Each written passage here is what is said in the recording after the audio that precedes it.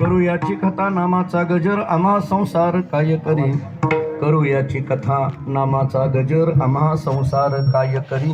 मनोहरीचे दास लिहुती भूषणी कापी तया भिनी कळीकाळ. आशा भयलाज आडनये चिंता. आशा भयलाज आडनये चिंता ऐसी तया सत्ता समर्थाची. मनोहरीचे दास लिहुती भूषणी कापी तया भिनी कळीकाळ. तुका म्हणे करू ऐसियाचा संग. तुका म्हणे करू ऐसियाचा संग. जेने नव्हे भंग चिंतनाचा. जेने नव्हे भंग चिंतनाचा. मनवू हरीचे दास लिहुती भूषणी कापी तया भिनी कळीकाळ. पांडुरंगा करू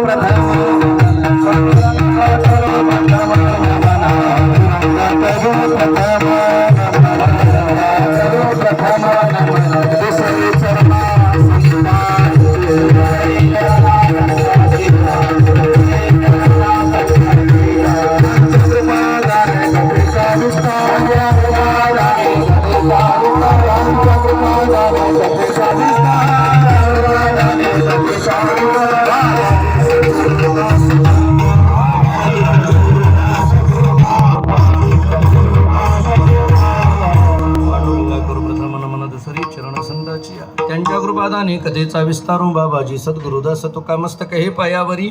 या वारकरी संताची आजीने पंढरी सारिखाची आपुला धामणगाव केला. वैकुंठाधिपती श्री विठ्ठल सखा सोयरा जोडीला. जो का भक्त विरक्त भूतळवटी विख्यात हा बोधला.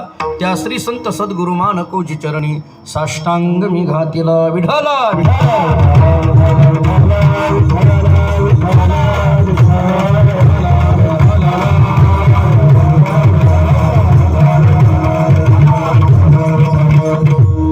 याची कथा नामाचा गजर आम्हा संसार काय करी. मनोहरीचे दास लिहुती भूषणी कापी तया भिनी कळीकाळ. प्रस्तुत कीर्तनरूपी सेवेकरिता म्हणजे निरूपणाकरिता प्राप्त असणारा भंग. महान भगवत भक्त जगद्गुरु श्री संत तुकाराम महाराज यांचा अत्यंत प्रसिद्ध महत्वाचा भगवंताच्या कथेचा, भगवंताच्या नामाचा आणि संतांच्या संगतीचा अशा तिन्ही गोष्टीचा विचार करणारा हा अभंग आहे. या अभंगातून महत्वाच्या दोन गोष्टी महाराजांनी सांगितल्या. एक भगवंताच्या नामाचाही विचार सांगितला आणि एक संतांच्या संगतीचाही विचार सांगितला. थोडक्यात महाराज सांगतात भगवंताचं नाम घ्या पण ते संतांच्या संगतीत घ्या. एकादशी असल्यामुळे भगवंताचं नाम घ्या पण ते संतांच्या संगतीत घ्या म्हणून आळंदीत घ्या. विठाला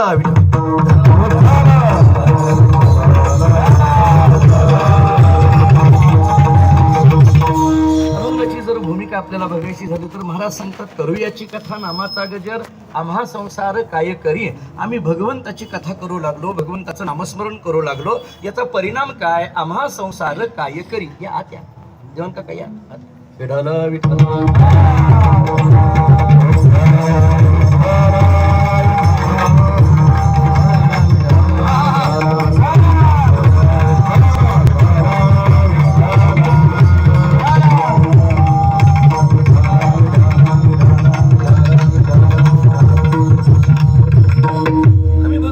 नाम घेऊ लागलो त्याचा परिणाम आम्हा संसार काय करी. एक विचार.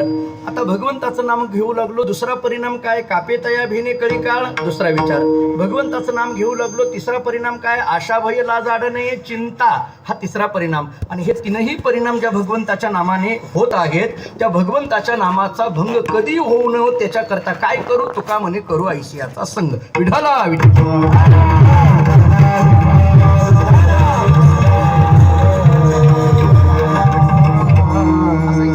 आपल्याला अभंगाचा विचार करता येण्यासारखा आहे.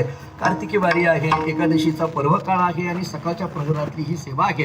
या अभंगामध्ये दोन्ही गोष्टी मला आपल्याला सांगायच्या आहेत. एक भगवंताच्या नामाचाही विचार आपल्याला सांगायचा आहे आणि एक संतांच्या सहवासाचाही विचार आपल्याला सांगायचा आहे. दोन्ही गोष्टी खूप महत्वाच्या आहेत. अभंगाची वरुणी सोडवणूक कशी करता येण्यासारखी आहे आणि अभंगाचा जर शेवटच्या चरणाकडून आपण जरी निघालो तरी तुकोबराय असं सांगतात तुका म्हणे करू ऐसियाचा संग. जेणे नव्हे भंग चिंतनाचा.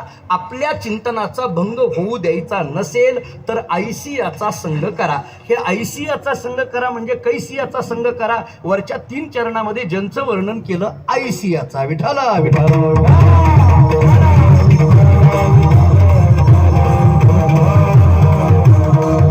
त्यामुळे एका दृष्टीने हा अभंग संतांचं वर्णन करणारा आहे असंही म्हणता येतं आणि एका दृष्टीने या अभंगामध्ये नामस्मरणाचा विचार सांगितलेला आहे असंही म्हणता येतं. अशा दोन्ही पद्धतीने या अभंगाकडे आपल्याला पाहता येण्यासारखं आहे. महाराजांनी याच्यामधला जो पहिला शब्द सांगितलाय ते खूप महत्वाचा आहे. पहा, करू याची कथा नामाचा गजर आम्हा संसार काय करी. महाराज ज्या भूमिकेतून बोलतात ती भूमिका जरा थोडीशी डोळ्यासमोर घेतली तर लक्षात येईल. करू असं महाराजांनी याच्यामध्ये सांगितलेलं आहे. हे करू म्हणणं शब्द खूप महत्वाचा आहे. करू म्हणणं वेगळं असतं आणि करा म्हणणं वेगळं असतं. आपण लहानपणापासून हे ऐकत आलो. करू म्हणणारा एक वर्ग आहे आणि करा म्हणणारा एक वर्ग आहे. तुकाराम महाराजांना असं म्हणता आलं असतं, करा हे म्हणता आलं असतं, पण महाराज करा असं म्हणत नाहीत. करू याची कथा नामाचा गजर. थोडं आणखीन त्याच्यातली गमतीने बोलायचं झालं तर करू कोण म्हणत असतं आणि करा कोण म्हणत असतं. करू म्हणणारा हा वारकरी असतो आणि करा म्हणणारा कीर्तनकार असतो असं म्हणायला हरकत नाही. नाम घ्या असं म्हणणारा जो असतो तो कीर्तनकार असतो असं म्हणायला हरकत नाही. जाऊ द्या, मला पुष्कळ बोलायचंय पण आज बोलत नाही. विठ्ठल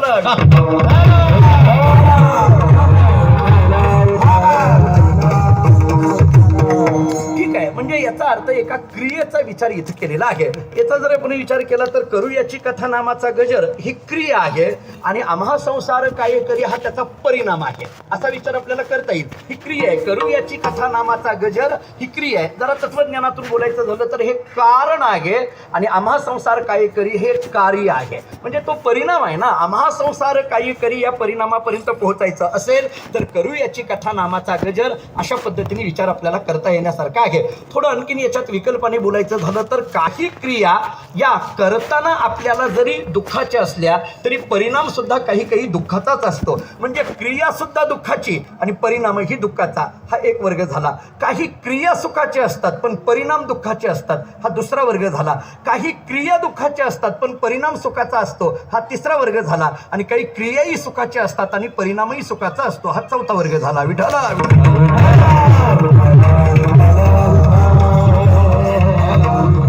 क्रिया दुःखाची आणि परिणामही दुःखाचा. आपल्याला याच्यावर पुष्कळ विस्तार करता येण्यासारखा आहे. एका वाक्यात उदाहरण देऊन पुढे जातो. क्रिया दुःखाची आणि परिणामही दुःखाचा. एखाद्याचं घर जाळणं त्याचं क्रियाही दुःखाची आहे हो आणि परिणामही दुःखाचाच आहे ना. त्याच्यातून काय निष्पन्न होणार आहे बोला. म्हणजे क्रियाही दुःखाची झालेली आहे आणि परिणामही दुःखाचा झालेला आहे. हा पहिला प्रकार आपल्याला दिसून येतो. दुसरा प्रकार असा आहे, काही ठिकाणी क्रिया सुखाची असते पण परिणाम दुःखाचा असतो. आपण करत असलेली क्रिया सुखाची असते पण परिणाम दुःखाचा असतो.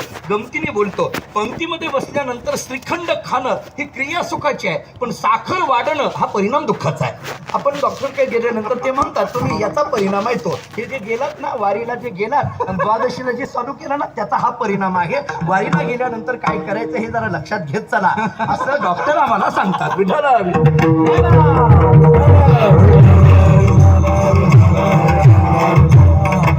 तिसरा मुद्दा सांगतो, काही क्रिया दुःखाची असतात आणि परिणाम मात्र सुखाचा असतो. काही क्रिया दुःखाचे असतात. आरंभाला काही ठिकाणी आम्हाला दुःख असतं पण परिणाम मात्र सुखाचा असतो. मी याच्याकरता एक साधं सोपं उदाहरण देतो. आपण सगळी वारकरी मंडळी आहेत. आळंदीहून पंढरपूरपर्यंत चालत जात असताना आपण आळंदीहून पंढरपूरला निघालो, चालत निघालो. दिंडी आपण आता पालखी सोहळ्यामध्ये जातो किंवा अन्य प्रत्येक वाऱ्याला सुद्धा आपण जातो. आता जात असताना अनंत दुःख आम्हाला सहन करावी लागतात महाराज. अगदी पालखी सोहळ्याचंच उदाहरण जर घ्यायचं झालं तर अगदी 33-34 किलोमीटरचा तो घाट चढून देवे घाट चढून वरती गेलो आणि वरती गेल्यानंतर सगळ्याच गोष्टी आम्हाला सुखाच्या मिळतील अशातला भाग नाही ना. म्हणजे पालखी सोहळ्यामध्ये आपल्याला एखाद्या आता घाट चढून वरती गेलो आणि असं एखाद्या सावली खाली बसावं म्हटलं तर अगोदरच जागा पकडून ठेवलेली असते. पालखी सोहळा या शब्दाचा अर्थ असा आहे महाराज, ओळखीची माणसं सुद्धा ओळख दाखवत नाहीत, त्याचं नाव पालखी सोहळा. पालखी सोहळ्यात चालणाऱ्या माणसाला माहिती आहे. बघा तुम्ही आता इथं आम्ही इतकी सगळी भेटलेलो आहोत. सगळीच महाराज मंडळी आहेत, गायक वादक मंडळी सगळे आहेत. आता किती एकमेकाच्या प्रेमाने आम्ही इथं राहतोय मान्य आहे. पालखी सोहळ्यात बघा तुम्ही कुणी जवळ येत नाही, लांबून जे एरिया असतो कोणी जवळ येत नाही. तारखा घेण्याकरता वर्ष जे फोन करतात ते पालखी सोहळ्यात अजिबात भेटत नाहीत का.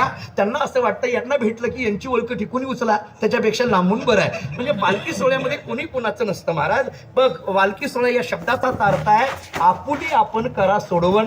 या प्रमाणाची जाणीव जिथं येते तो पालखी सोहळा आहे. बरं ठीक आहे, आपण चालत निघालो. 18 दिवस आपल्याला वेळेवर सगळीकडे जेवण मिळेल न मिळेल, आपल्याला झोपायला जागा जागा मिळेल न मिळेल, आपल्याला तंबूमध्ये जागा मिळेल न मिळेल, या सगळ्या दुःखांना सहन करत आपण जरी निघालेलो असलो तरी आषाढ शुद्ध दशमीला एकदा पंढरपुरामध्ये आतमध्ये प्रवेश केल्याबरोबर मात्र तुकोबारांच्या शब्दांची आठवण येते. भाग गेला शिन गेला अवघा झाला आनंद.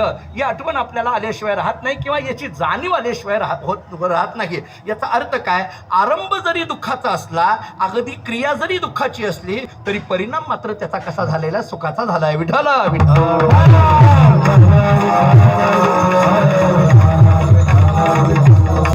आणि क्रियाही सुखाची आणि परिणामही सुखाचा, तो परमार्थ आहे महाराज. भगवंताचं नाम ही क्रियाही सुखाची आहे आणि त्याचा परिणामही सुखाचा आहे, असा आपल्याला विचार करता येण्यासारखा आहे. तुकाराम महाराज ज्या स्थितीतून निघालेले आहेत, तुकाराम महाराजांनी जी अवस्था आपल्या समोर व्यक्त केलेली आहे, एका विशिष्ट अवस्थेमध्ये महाराज बोलतात. आम्हा संसार काय करी ही भाषा एका उच्च अशा भूमिकेतून बोलणं आहे. त्याचा आणखीन थोडासा बारकाईने विचार करता येण्यासारखा आहे. महाराजांनी आम्हा संसार काय करी असा शब्द वापरलेला आहे. इथला आम्हा शब्द जो आहे का नाही, तो खूप महत्वाचा आहे. मला असं वाटतं की तुकाराम महाराजांनी जर असं म्हटलं असतं, करू याची कथा नामाचा गजर मला संसार काय करी, असं जर महाराज म्हटले असते तर माझ्या मनामध्ये शंका आली नसते. महाराज म्हणतात आम्हा संसार काय करी.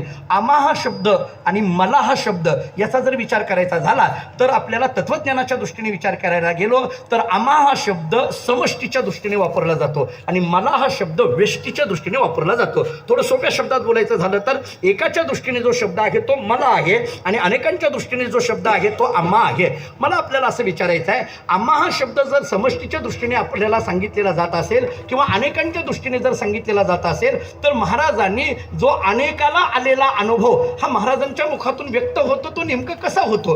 कारण एकाला झालेला अनुभव हा एकाच्या मुखातून व्यक्त होणं हे ठीक आहे, पण अनेकाला झालेला अनुभव हा एकाच्या मुखातून व्यक्त होईलच कसा काय महाराज? अनेकांना झालेला अनुभव हा अनेकांच्या मुखातून व्यक्त होईल, पण अनेकाला झालेला जो अनुभव आहे तो एकाच्याच मुखातून जर व्यक्त होत असेल तर कुठंतरी थोडं तत्वज्ञानाच्या दृष्टीने आपल्याला शंका येण्यासारखी आहे. मला जे अनुभवाला आलं ते मी माझ्या तोंडाने सांगणं हे ठीक आहे, पण इथं असलेल्या सगळ्याला जे अनुभवाला आलं ते मी एकट्याने सांगणं असं होत नाही ना. कारण माझा अनुभव वेगळा आहे, यांचा अनुभव वेगळा आहे, यांचा अनुभव वेगळा आहे, यांचा अनुभव वेगळा आहे. अहो, कीर्तनामध्ये सुद्धा एका कीर्तनामध्ये आलेला प्रत्येकाला अनुभव हा भिन्न भिन्न आहे ना. कीर्तनाचाच जर विचार करायचा झाला, कीर्तन झाल्यानंतर, कीर्तन झाल्याबरोबर जे उठून माणसं जातात ना, त्यावेळेस ज्या कीर्तनाच्या चर्चा असतात ना, ती खरं कीर्तनाची आपली पावती असते. लक्षात ठेवा. त्यावेळेस म्हणजे उठून जाताना जी असतात ना चर्चा, ती जी चाललेली असते ना, ते खरं आपल्या कीर्तनाचं मत असतं किंवा ते कीर्तनाचा आपल्याला शेरा आहे, सर्टिफिकेट आहे असं म्हणा. कीर्तनकाराच्या तोंडावर किती जरी एखाद्याने सांगितलं फार चांगलं झालं, ते म्हणावंच लागतं, ते म्हणावंच लागतं. पण असं होत नाही महाराज. निघताना ज्या चर्चा असतात ना त्या खऱ्या असतात. बघा तुम्ही, कीर्तनातून निघताना जाताना प्रत्येकाचा आलेला अनुभव वेगवेगळा आहे. अहो, इथं बसल्यानंतर सुद्धा प्रत्येकाला आलेला अनुभव, कीर्तन झाल्यानंतर एखादी सांगितलं, अरे वा काय कीर्तन झालं, म्हटलं किती वेदांतातल्या प्रक्रिया सांगितल्या, किती तत्वज्ञान आज ऐकायला मिळालं. दुसरा म्हणता नुसतं वृक्ष कीर्तन होतं, एकतरी प्रमाण दिलं का? एकतरी प्रमाण दिलं का? एकतरी चाल झाली का कीर्तनात?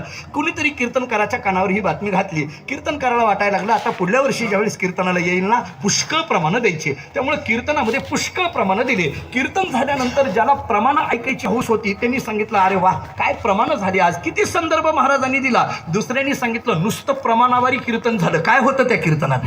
म्हणजे त्याला कीर्तनात दुसरं काहीतरी हवं आहे. एखाद्याने कथा सांगितल्या, तो म्हणतो नुसत्या कथा सांगितल्या. हो, मला असं वाटतं की कीर्तनकारांनी नेमकं ऐकायचं तरी कुणाकुणाचं. विठाला विठाला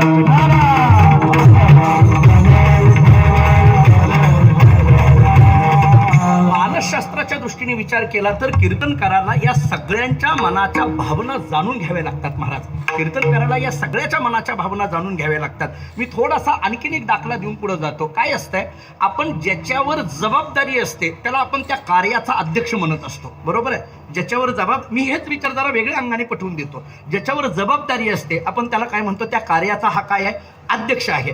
आता अध्यक्ष या शब्दाचा अर्थ नेमकं काय आहे, निळोबारांनी केलेली व्याख्या सांगतो. निळोबारांनी असं सांगितलंय, अध्यक्ष हे त्याचे नाव, जाणे सकळा मनीचा भाव. निळोबारांची व्याख्या आहे. निळोबारा असं सांगतात, अध्यक्ष हे त्याचे नाव, जाणे सकळा मनीचा भाव. सगळ्यांच्या मनाचा भाव ज्याला कळतो त्यालाच अध्यक्ष म्हटलं जातं, नाहीतर ते नुसताच अध्यक्ष मग.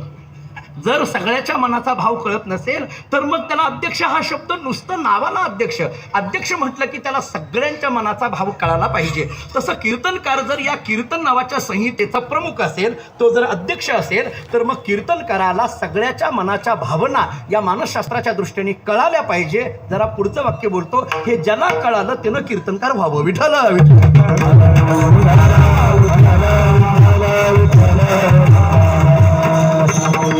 मग महाराज इथं जो आम्हा शब्द वापरतात, हा आम्हा शब्द तर समष्टीच्या दृष्टीने आहे, अनेकांच्या दृष्टीने आहे. मग अनेकाला आलेल्या ज्या भावना आहेत त्या एकाच्या मुखातून येईलच कशा काय, याचं नेमकं कारण काय आहे? व्यवहारातला विचार असा आहे महाराज, व्यवहारामध्ये प्रपंचामध्ये एकाला आलेला एक अनुभव हा एकाच्याच मुखातून व्यक्त केला जातो, पण परमार्थाचं तसं नाही. याचं कारण एका वाक्यात सांगून पुढे जातो. असं आहे, प्रपंचामध्ये आलेल्या अनुभवाची भिन्नता आहे, पण परमार्थामध्ये आलेला अनुभव मात्र एकच आहे. माझं बोलणं लक्षात येते का? बघा, प्रपंचातल्या आलेल्या अनुभवाची भिन्नता आहे. कारण याचं कारण काय, प्रपंच हा मायाकृत आहे आणि माया म्हटलं की ती भिन्न आहे. म्हणजे अनेकांनी तशा पद्धतीची माया आहे. माया म्हटलं की तो अनेक पद्धतीची वेगवेगळी विचित्र असं म्हणून मायेचं वर्णन केलं जातं ना. हो, प्रपंचामध्ये घराच्याच बाबतीत जर विचार करायचा झाला तर घराचा प्रपंचामध्ये असलेल्या सदस्यांना वेगवेगळा अनुभव आहे. कोणाला घराचा रंग चांगला वाटेल, कोणाला घराच्या भिंती चांगल्या वाटेल, कोणाला घराचा दरवाजा चांगला वाटेल, कोणाला घरातलं जे फर्निचर आहे ते चांगलं वाटेल,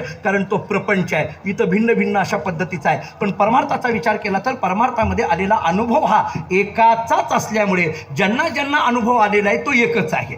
ज्यांना ज्यांना परमार्थाचा अनुभव आलेला आहे तो एकच आहे. म्हणजे परमार्थाच्या दृष्टीने विचार केला. याचं कारण असं आहे महाराज, ज्ञानोबांचे शब्द सांगून पुढे जातो. अगदी साधे सोपे हरिपाठातले शब्द आहेत. सर्वाघटी राम देहादेही एक, सूर्यप्रकाशक सहस्रश्मी. ज्ञानोबा किती गोड आम्हाला सांगतात, सर्वाघटी राम या शब्दाचा विचार केला तर सगळ्याला आलेला जो अनुभव आहे परमार्थाच्या दृष्टीने तो एका रामाचाच असल्यामुळे यांना आलेला अनुभव रामाचा, यांना आलेला अनुभव रामाचा, यांना आलेला अनुभव रामाचा, यांना आलेला अनुभव रामाचा, आणि एकाच रामाचा अनुभव जर सगळ्याला आलेला असेल तर तो अनुभव एकच आहे. त्यामुळे एकच आलेला अनुभव सगळ्याला असेल तर तो एकाच्या मुखातून व्यक्त करता येतो.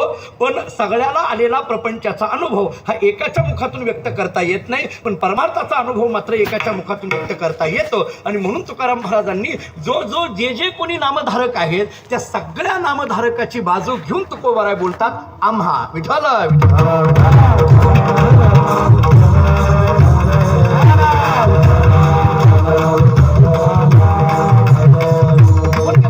कसलंही संसाराचं दुःख राहिलं नाही अशी महाराजांची भाषा आहे. किंवा महाराजांनी शब्द वापरताना आम्हा संसार काय करी अशा तुच्छतेने महाराज जणू काही बोलतात. आम्हाला तो संसार काय करणार आहे याचा अर्थ त्या ज्या संसाराबद्दल यशावत जीवाला दुःख आहे. अहो जाऊ द्या, महाराजांचे साधे शब्द सांगून पुढे जातो. सामान्य मनुष्य या संसाराकडे बोलताना बघताना स्पष्ट बोलतो, संसार दुःख मुळ चहूकडे इंगळ, विश्रांती नाही कोठे, रात्रंदिवस तळमळ, कामक्रोध लोभ शुनी पाठी लागले ओढाळ, कवनामी शरण जावो दृष्टी देई निर्मळ.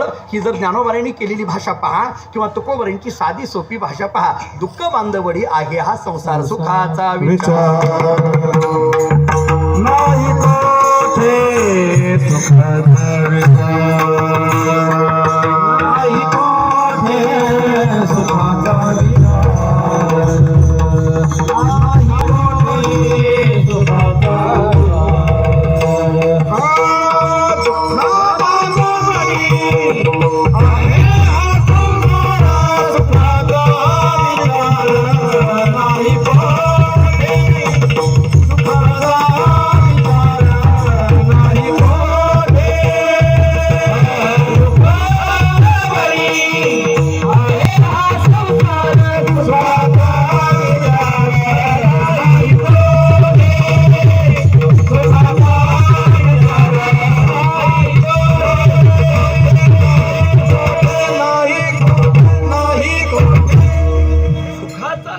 नाही कोठे, दुःख बांधवडी आहे हा संसार. महाराज सांगतात सुख हा शब्द आणि संसार हे एकत्रित राहणं शक्यच नाही महाराज. कारण सुख हा जो शब्द आहे तो सुख शब्दाचा विचार जर सांगायचा झाला, आम्ही ज्याला सुख म्हणतो, ज्ञानोबा त्याला सुख म्हणायला तयार नाहीत. ज्ञानेश्वर महाराजांनी सुखाची व्याख्या केलेली सर्वांच्या पाठातली आहे. ज्ञानोबा सांगतात, किंबहुना सोये जीवात्मे याची लागे, तेथे जे होये तया नाम सुख. मला वाटतं की इतकी चांगली सुखाची व्याख्या अन्य कुठल्याही ग्रंथामध्ये आपल्याला सापडणार नाही. सामान्य मनुष्य ज्याला ज्याला सुख म्हणतो, ज्ञानोबाराय त्याला सुख म्हणायला तयार नाहीत. मी अनेक वेळेला ज्ञानोबारांची ओवी देऊन आलोय. ज्ञानोबाराय आम्हाला अनेक वेळेला सांगतात, मनोनी विषय भोगी जे सुख साध्यंतची जाण दुःख, परी काय की जे मूर्ख न सेविता न सरे. ज्ञानोबाराय बोलतात विषय सुखाला ज्ञानोबाराय सुख म्हणायलाच तयार नाहीत. ज्ञानोबारायांनी सुखाची व्याख्या केली, जीव आत्मयाची लागे ते जे होई दया नाम सुख.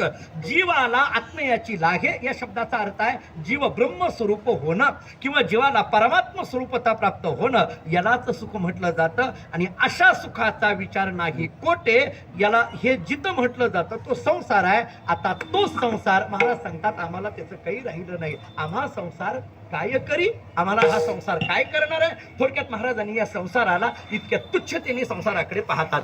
मला थोडासा वेदांताच्या दृष्टीने विचार सांगून पुढे जायचं आहे. खरं पाहायला गेलं तर संसार या शब्दाचाच विचार करायचा झाला तर संसार नेमकं म्हणायचं तरी नेमकं कशाला. जे तुकोबारांना या भंगातून अभिप्रेत आहे, महाराज सांगतात आम्हाला संसार काही करत नाही, पण इथं संसार शब्दाचा अर्थ तरी नेमकं काय करायचा. मी एक साधा सोपा अर्थ सांगून पुढे जातो. ऐका, संसार कशाला म्हटलं जातं, जन्म मरणाला संसार म्हटलं जातं. संसार शब्दाची व्याख्या काय, आगा उपजने आणि निमने. ज्ञानोबारांनी आम्हाला सोपी करून टाकली ना. जन्मन आणि मरण याला संसार असं म्हटलं जातं. पुन्हा पुनरपि जननम पुनरपि मरणम. जननी जठरे शयनम ही जगद्गुरु आद्य शंकराचार्यांची भाषा आहे. आचार्यजी आम्हाला सांगतात, ज्ञानोबारायजी आम्हाला सांगतात, पुन्हा पुन्हा जन्माला येणं आणि पुन्हा पुन्हा जाणं याला संसार असं म्हटलं जातं. आता नीट ऐका, हा जो संसार आहे ना, पुन्हा पुन्हा येणं आणि पुन्हा पुन्हा जाणं, महाराज सांगतात हा जन्म मरणाचा संसार आता आम्हाला राहिलेला नाही. हा जन्म मरणाचा संसार आता आम्हाला काय करणार आहे का, याचा अर्थ ते जन्म मरण आमच्याकडे राहिलं नाही. थोडं पुढे बोलायचं झालं तर आम्ही जन्म मरणाच्या पलीकडे पोहोचलो. जन्म मरणाच्या पलीकडे पोहोचलो. महाराजांचे शब्द देतो, तुका म्हणे नव्हे परती तुझ्या दर्शने मागुती. तुका म्हणे नव्हे परती तुझ्या दर्शने मागुती. मी एक साधा श्लोक सांगून पुढे जातो. ऐका, श्लोक असा सांगितला जातो, एकोपी कृष्णश्च कृत प्रणामी दशाश्वमेधाव भृतेन तुल्यः. दशाश्वमेधी पुनरेति जन्म कृष्ण प्रणामी न पुनर्भवाय. या श्लोकाची भाषा काय आहे पहा. एकोपी कृष्णश्च कृत प्रणामी, मला काय सांगायचं आहे, माझा मुद्दा काय चाललाय, आम्हा संसार काय करी, मला याच्यावर बोलायचं आहे. आम्हा संसार काय करी, हा संसार आम्हाला काहीही करणार नाही. कोणता संसार, जन्म मरण नावाचा संसार. जन्म मरण नावाचा संसार आम्हाला काहीच करणार नाही असं महाराज का सांगतात, कारण जन्म मरण राहिलंच नाही ना. या जन्म मरणाच्या पलीकडे पोहोचलो. कसे पोहोचलो याच्याकरता मी शास्त्रातला एक श्लोक सांगून आपल्याला पुढे चाललोय. एकोपी कृष्णश्च कृत प्रणामी दशाश्वमेधाव भृतेन तुल्यः. दशाश्वमेधी पुनरेति जन्म कृष्ण प्रणामी न पुनर्भवाय. या श्लोकाचा अर्थ असा आहे, शास्त्रकार असं सांगतात, एका भगवान श्रीकृष्णाला केलेला नमस्कार काय करतो, दशाश्वमेधाव भृतेन तुल्यः. 10 अश्वमेध यज्ञ केल्याचं पुण्य, 10 अश्वमेध यज्ञ केल्याने जे पुण्य मिळतं ते पुण्य एका भगवान श्रीकृष्णाला नमस्कार केल्याने मिळतं. ऐका कसं आहे, 10 अश्वमेध यज्ञ केल्याने जे पुण्य मिळतं ते पुण्य एका भगवान श्रीकृष्णाला नमस्कार केल्याने मिळतं. अहो किती मोठं महात्म्य सांगितलं पहा.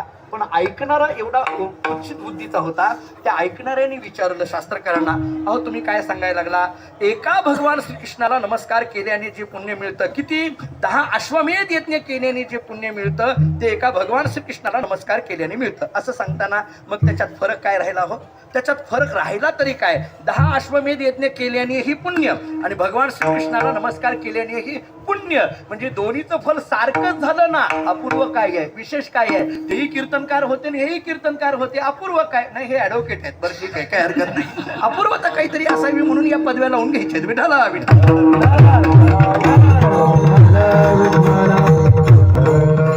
विद्यापीठातून मिळवायचे तर काही आपणच लावून घ्यायचे, बस संपलं, काही हरकत नाही. विद्यापीठातल्या मिळवणं जरा कठीण असतं, आपण लावणं फार सोपं असतं. काही नाही, फक्त प्रिंटिंग प्रेस वाल्याला सांगितलं की लागतात, त्याला काही अवघड नाही, त्याला लागत राहतात. पण ऐका, अपूर्वता काहीतरी वेगळेपणा. काय वेगळेपणा आहे, भगवान श्रीकृष्णाला नमस्कार केल्याने हे पुण्य, 10 अश्वमेध यज्ञ केल्याने हे पुण्य. अहो वेगळेपणा काय आहे, शास्त्रकारांनी सांगितलं, अर्धा श्लोक ऐकून अशी शंका विचारू नको. पूर्ण श्लोक ऐक. माणसं अशी गमतीची असतात, अर्ध्या कीर्तनातून उठून जातात आणि म्हणतात कीर्तन कळालं नाही. अर्ध्या कीर्तनातून उठून गेल्यानंतर कसं कळेल महाराज? कीर्तन अतपासून इथपर्यंत ऐकावं लागतं, त्याच्याशिवाय त्याचा सगळा विचार जो भाव आहे तो कळत नाही. आरंभापासून अंतापर्यंत अभंगाची नेमकी भूमिका काय आहे ही कळण्याकरता आरंभापासून अंतापर्यंत आपल्याला श्रवण करावं लागतं. त्यामुळे अर्धा श्लोक ऐकून तू ही शंका घेऊ नकोस. शास्त्रकारांनी सांगितलं पुढला अर्धा श्लोक काय आहे तो लक्षात घे. श्लोक काय आहे मी पुन्हा एकदा सांगतो. एकोपी कृष्णस्य कृत प्रणामी दशाश्वमेधाव कृतेन तुल्यः दशाश्वमेधी पुनरेति जन्म कृष्ण प्रणामी न पुनर्भवाय. अरे 10 अश्वमेध यज्ञ केल्यानेही पुण्य आहे आणि भगवान श्रीकृष्णाला नमस्कार केल्यानेही पुण्य आहे. पण या पुण्यामध्ये फरक आहे. काय फरक आहे? 10 अश्वमेध यज्ञ केल्याने मिळणारं जे पुण्य आहे ते पुण्य कधी ना कधी संपणार आहे. मग या पुण्याची पावती सरे किंवा ते तम भुक्त्वा स्वर्ग लोकम विशालम क्षिणे पुण्य मर्त्य लोकम विशंती. क्षिणे पुण्य याचा अर्थ काय? हे पुण्य कसं होणार आहे? क्षीण होणार आहे. म्हणजे 10 अश्वमेध यज्ञ केल्यानं मिळणारं जे पुण्य आहे ते पुण्य कधी ना कधी संपणार आहे. पण कृष्ण प्रणामी न पुनर्भवाय, परंतु भगवान श्रीकृष्णाला नमस्कार केल्याने मिळणारं जे पुण्य आहे हे पुण्य काय करतं? न पुनर्भवाय. म्हणजे याचा अर्थ जन्म मरणाच्या पलीकडे घेऊन जातं. जन्म मरणाला कारण असलेलं पुण्य हे यज्ञाचं पुण्य आहे आणि जन्म मरणाच्या पलीकडे घेऊन जाणारं जे पुण्य आहे ते नामाचं पुण्य. विठाला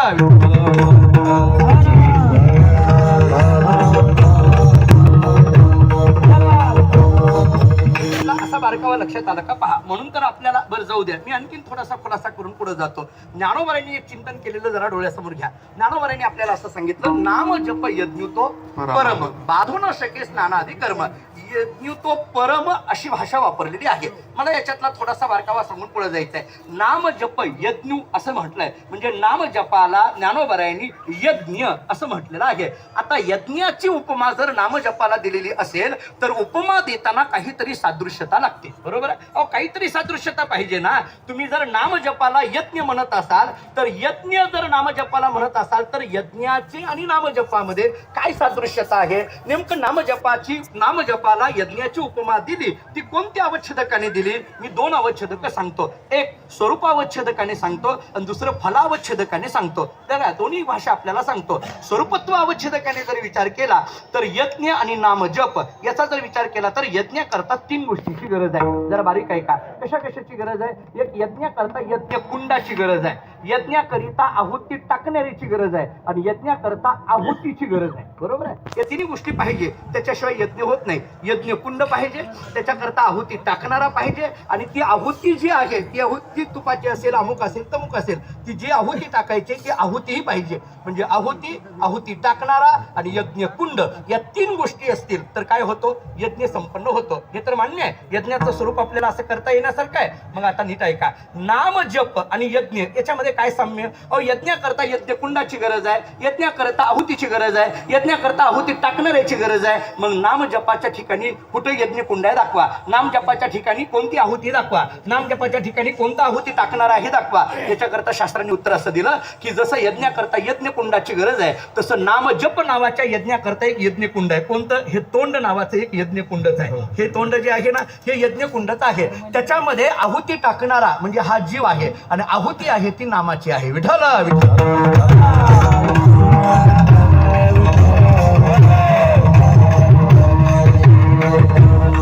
म्हणून नाम जप यज्ञ असं म्हणा, म्हणून त्याला उपमा दिली असं म्हणा. हे झालं स्वरूपत्वावच्छेदाने. फलत्वावच्छेदकाने जर विचार करायचा झाला तर यज्ञाचंही फळ पुण्यच आहे आणि नाम जपाचंही फळ पुण्यच आहे. पुण्याची गण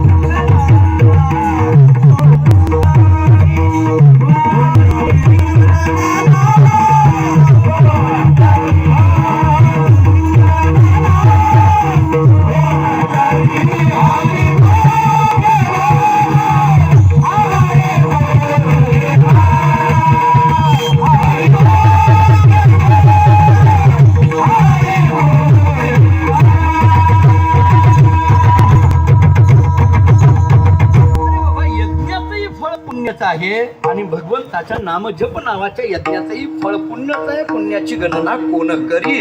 बरं ठीक आहे हो, परंतु हे बोलत असताना तुम्ही असं म्हटलं नाम जप यज्ञ, तो परम, हा परम शब्द घालायची काय गरज आहे. नाम जप यज्ञ इथपर्यंत ठीक होता ना. हा परम जर शब्द वापरत असाल तर परम या शब्दाचा अर्थ श्रेष्ठ. याचा अर्थ जो आपण आपल्याकडे व्यवहारामध्ये केला जातो जो यज्ञ, त्या यज्ञापेक्षा सुद्धा नामजप हे काय सांगता तुम्ही, श्रेष्ठ. पण श्रेष्ठ सांगत असताना काहीतरी वेगळे पण दाखवावं लागेल ना. म्हटले आहे काय वेगळेपण आहे. मगाच सांगितलेला विचार फक्त पुन्हा एकदा सांगतो.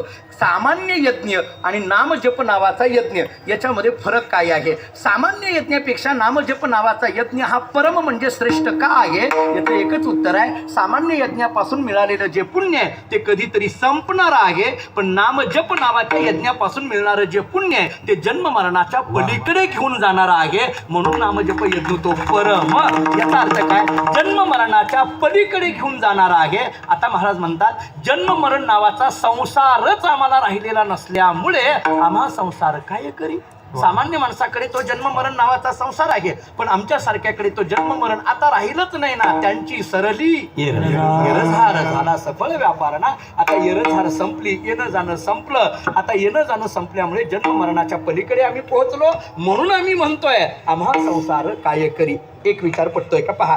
जरा दुसरा विचार सांगतो. माझा मुद्दा काय चाललाय, महाराज ज्या भूमिकेतून बोलतात ना, आम्हा संसार काय करी, आम्हाला हा संसार काहीही करत नाही. थोडक्यात या संसाराबद्दल आम्हाला आता यत्किंचितही प्रेम, ममत्व, किंमत राहिली नाही. याच्याबद्दल काही राहिलं नाही. बरं का, कारण जन्म मरणाच्या पलीकडे पोहोचलो तर जन्म मरण नावाचा संसार इतरांना दुःखाचा आहे, आम्हाला मात्र तो दुःखाचा नाही. असं घ्या ना जरा. इतरांना अहो मला सांगा, तुकोबारायासारखेच महात्मे म्हणू शकतील घेईन मी जन्म, हा बरोबर आहे की नाही पहा. किंवा उपजोनी या पुढती येऊ, तुकोबारायासारखेच महात्मे म्हणू शकतील. बरं जाऊ द्या, तुका म्हणे गर्भवासी सुखे घालावी आम्हासी, हे तुकोबारायासारखेच महात्मे म्हणू शकतील. आपल्यासारख्याचं काम आहे का मला सांगा. गर्भवासी आणि सुखे हे तुकोबारायच म्हणू जाणं. गर्भवासासारख्या गोष्टीला सुखे असं जर महाराज म्हणत असतील तर याचा अर्थ गर्भवासाला येणं जरी दुःखाचं असलं ते सामान्याच्या दृष्टीने, मी आणखीन पुढे बोलतो, सामान्याच्या दृष्टीने गर्भवास दुःखाचा आहे. अहो जाऊ द्या, सामान्य या शब्दाचा अर्थ काय, संता व्यतिरिक्त जे जे कोणी असतील ते सगळे सामान्य. संतान व्यतिरिक्त जे जे कोणी असतील ते सगळे सामान्य. सामान्य तर सामान्य, पण मुनी सुद्धा सामान्य. कारण मुनी मुक्त झाले ना. भेने, हे भेने शब्द त्यांच्याकडे आला ना. संतांच्या दृष्टीने ते सुद्धा सामान्य का, ते घाबरले ना महाराज. घाबरून निघून गेलेले विठाल विठाल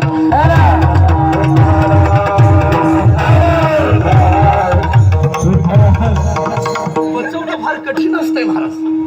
कीर्तन सुद्धा पचवणं फार कठीण असतं. तसं सामान्याला ते जमणार नाही महाराज. मुनी मुक्त झाले भेने गर्भवासा. महाराज सांगतात ते घाबरले, पण आम्हा विष्णुदासा सुलभ होतो, आम्हा विष्णुदासा सुलभ होतो म्हणत असताना महाराज सांगतात जरी गर्भवासाचं असलं तरी आम्ही पुन्हा यायला तयार आहे. याचा अर्थ ज्या जन्म मरणाची भीती मुनी लोकांना, ज्या जन्म मरणाची भीती सामान्य जीवाला, त्या जन्म मरण नावाच्या संसाराची भीती आम्हाला काहीच राहिली नाही. कारण या जन्म मरणाच्या पलीकडे आम्ही पोहोचलो. एक अर्थ. दुसरा अर्थ सांगू, हे जन्म मरण आमच्या हातात आलं म्हणून आम्हा संसार काय करी. हातात ताब्यात आलेली गोष्ट आपल्याला त्याचा त्रास वाटत नसतो. कारण लोक काय म्हणतात ते आपल्या ताब्यात आहे. आता आपल्या ताब्यात काहीच नाही, ही गोष्ट निघाली. आता काहीच राहिलं नाही आपल्या ताब्यात. आता काय राहिलंय आपल्या ताब्यात. पण माणसं बोलताना काय म्हणतात ते आपल्या ताब्यात आहे, काही काळजी करायचं काम नाही. काळजी करायचं काम नाही हे शब्द कधी येतात, आपल्या ताब्यात असल्यानंतर. जन्म मरणाचं दुःख इतरांना आहे, पण महाराज म्हणतात आम्हाला नाही. आम्हाला संसार काय करी का, कारण हे जन्म मरण आमच्या ताब्यात आहे, आमच्या हातात आलेलं आहे. आम्ही पाहिजे तेव्हा येऊ शकतो. आणि तुका म्हणे सत्ता करू निकट सेवेचे, तुका म्हणे सत्ता करू तुका म्हणे सत्ता करू निकट सेवेचे, तुका म्हणे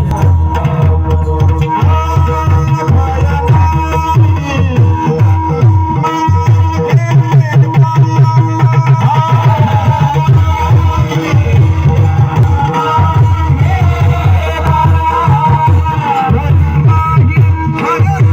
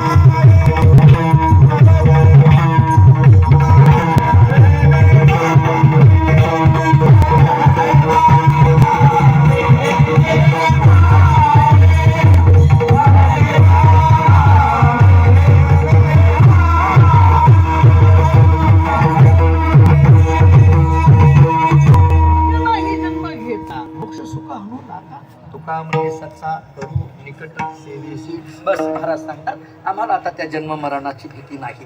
सामान्य माणसाला जन्म मरण नावाच्या संसाराची भीती, मुनी लोकांना जन्म मरण नावाच्या संसाराची भीती. आम्ही जन्म मरणाच्या पलीकडे पोहोचलो. एक, किंवा जन्म मरण नावाचा जो संसार आहे तो आमच्या हातात आला. दोन, म्हणून आम्हा संसार काही करी. आम्ही पाहिजे तेव्हा येऊ शकतो, पाहिजे तेव्हा जाऊ शकतो. मी अनेक वेळेला सांगतो, ज्ञानोबारांना वाटलं अवताराला यावं, आले. ज्ञानोबारांना वाटलं अवघ्या 22व्या वर्षी संजीवन समाधी घ्यायची, निघाले. कोणी अडवलं मला सांगा? तुकोबारांना वाटलं 42व्या वर्षी सदैव वैकुंठाला निघायचं, निघाले. कुणी अडवलं सांगा? नामदेवांना वाटलं वयाच्या 80व्या वर्षी निघायचं, एकटं नाही 14 लोकांना घेऊन निघायचं, निघाले. कोणी अडवलं सांगा? कोणाच्याही अडविण्याने जे अडले नाहीत, थांबले नाहीत ते सांगतात विठाला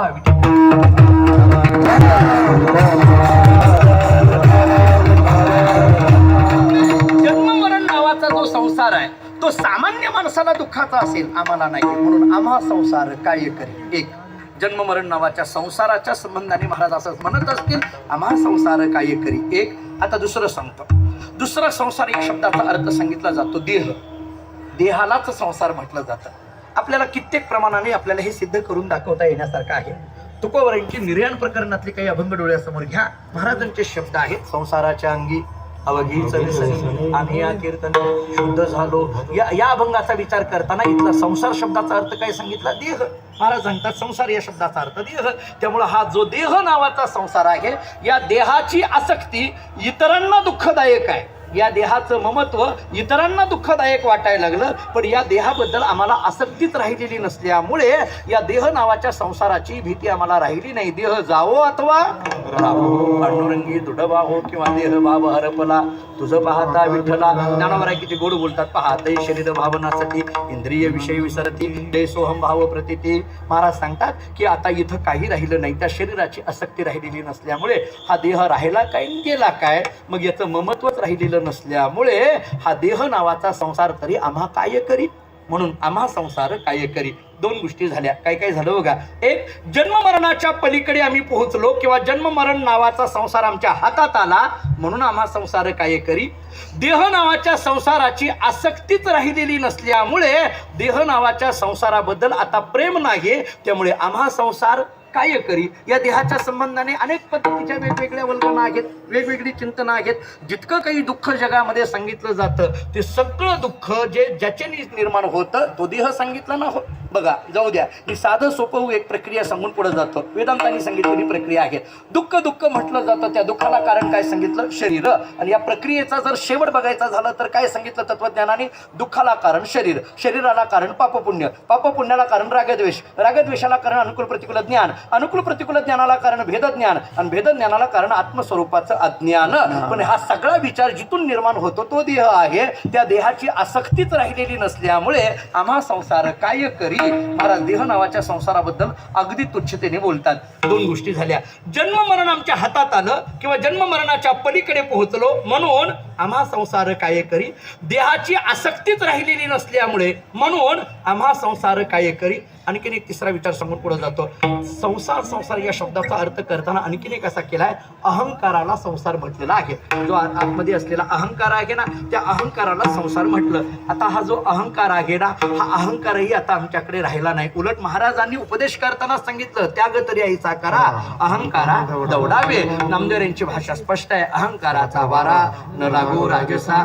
मग ज्ञानोबांनी केलेली चिंतन या संबंधाने पुष्कळ आहेत. त्यामुळे महाराज सांगतात, जो अहंकार इतरांना दुःखाचा त्रासाचा तो अहंकार आम्ही जिंकला ना, जिंकावा संसार येणे नावे तरी शूर. म्हणजे हा अहंकार रूपी जो संसार आहे हा आता आम्ही जिंकल्यामुळे, अहंकार आता शिल्लकच राहिलेला नसल्यामुळे आम्हा संसार काय करी. तीन गोष्टी आतापर्यंत झाल्या. जन्म मरणाच्या पलीकडे पोहोचलो, म्हणून जन्म मरण नावाचा संसार आम्हा काय करी. देहाची आसक्तीच राहिलेली नसल्यामुळे देह नावाचा संसार आम्हा काय करी. अहंकारच जिंकलेला असल्यामुळे अहंकार नावाचा संसार आम्हा काय करी. बर, हे सगळं जाऊ द्या. अहो नाही हो, पण संसार शब्दाचा विचार करताना हे सगळं जे संपूर्ण जगत आहे, हे जे विश्व आहे, जे दृश्य जगत आहे, याला काय म्हटलं जातं? संसार. महाराज सांगतात, त्याला जरी संसार तुम्ही म्हणत असाल तर हाही संसार आम्हा काय करी. का? कारण या संसाराची किंमत कुठपर्यंत, याला सत्य समजता तोपर्यंत. या संसाराची किंमत कुठपर्यंत, याला जोपर्यंत सत्य समजलं जातं तोपर्यंत. एकदा या संसाराबद्दल मिथ्यात्व निश्चय झाला की मग त्या संसाराची किंमत काय राहते मला सांगा. आणि आता तो मिथ्यात्व निश्चय झालेला असल्यामुळे ब्रह्मसत्य जगन्मिथ्या जीव ब्रह्मैव नापरः या भूमिकेमध्ये आलेले असल्यामुळे याच्याबद्दल आता किंमत राहिली नाही. किंमत कधी असते, जोपर्यंत ते खरं वाटतं तोपर्यंत. एवढं तर वाक्य पटलं का बघा, जोपर्यंत खरं वाटतं तोपर्यंत किंमत आहे. त्याच्याबद्दल आता हे खोट आहे हे कळालं की कशी किंमत राहील हो मारा. खोट आहे कळालं तर बरं जाऊ द्या. उदाहरण सोपं देतो. कल्पना करा, समजा माझ्याकडे 50,000 रुपये आहेत. मी समजा म्हणतोय महेश महाराज, समजा माझ्याकडे अजिबात नाहीत. वारीला कशाला घेऊन येतोय आणि वारीत कुठले मिळतात, ही दोन्ही गोष्टी असायच्या. समजा माझ्याकडे 50,000 आहेत, समजा म्हटलंय.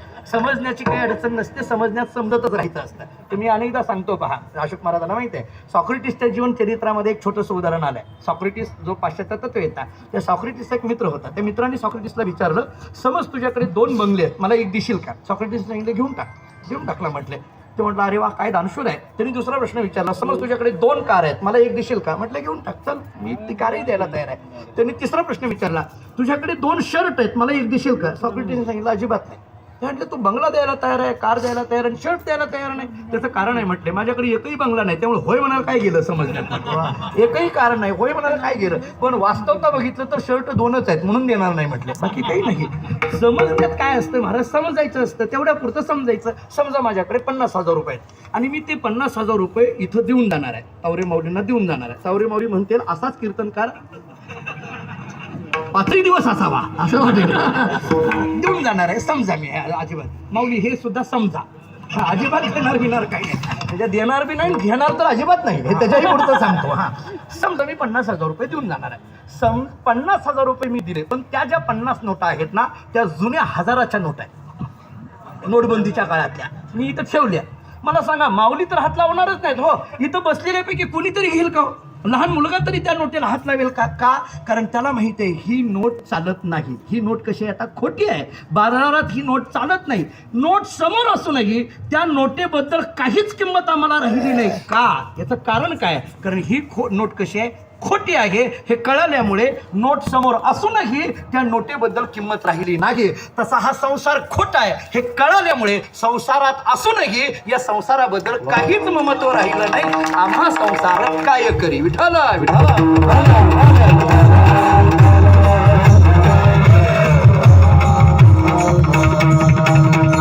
आतापर्यंत काय झाल्या, 4 गोष्टी झाल्या पहा.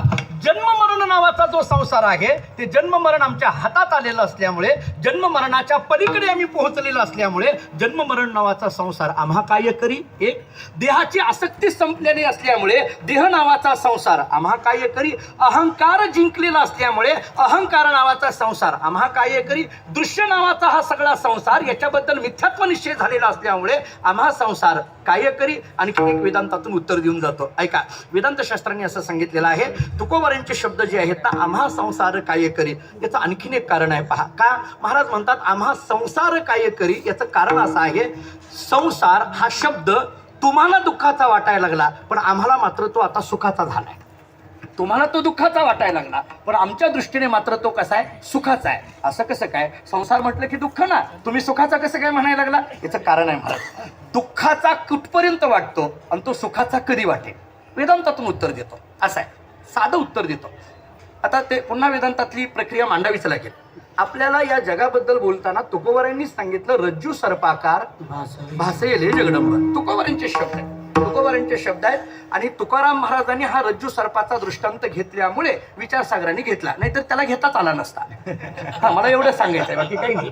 गाथ्यात आहे म्हणून विचारसागरात आहे. विठाला विठाला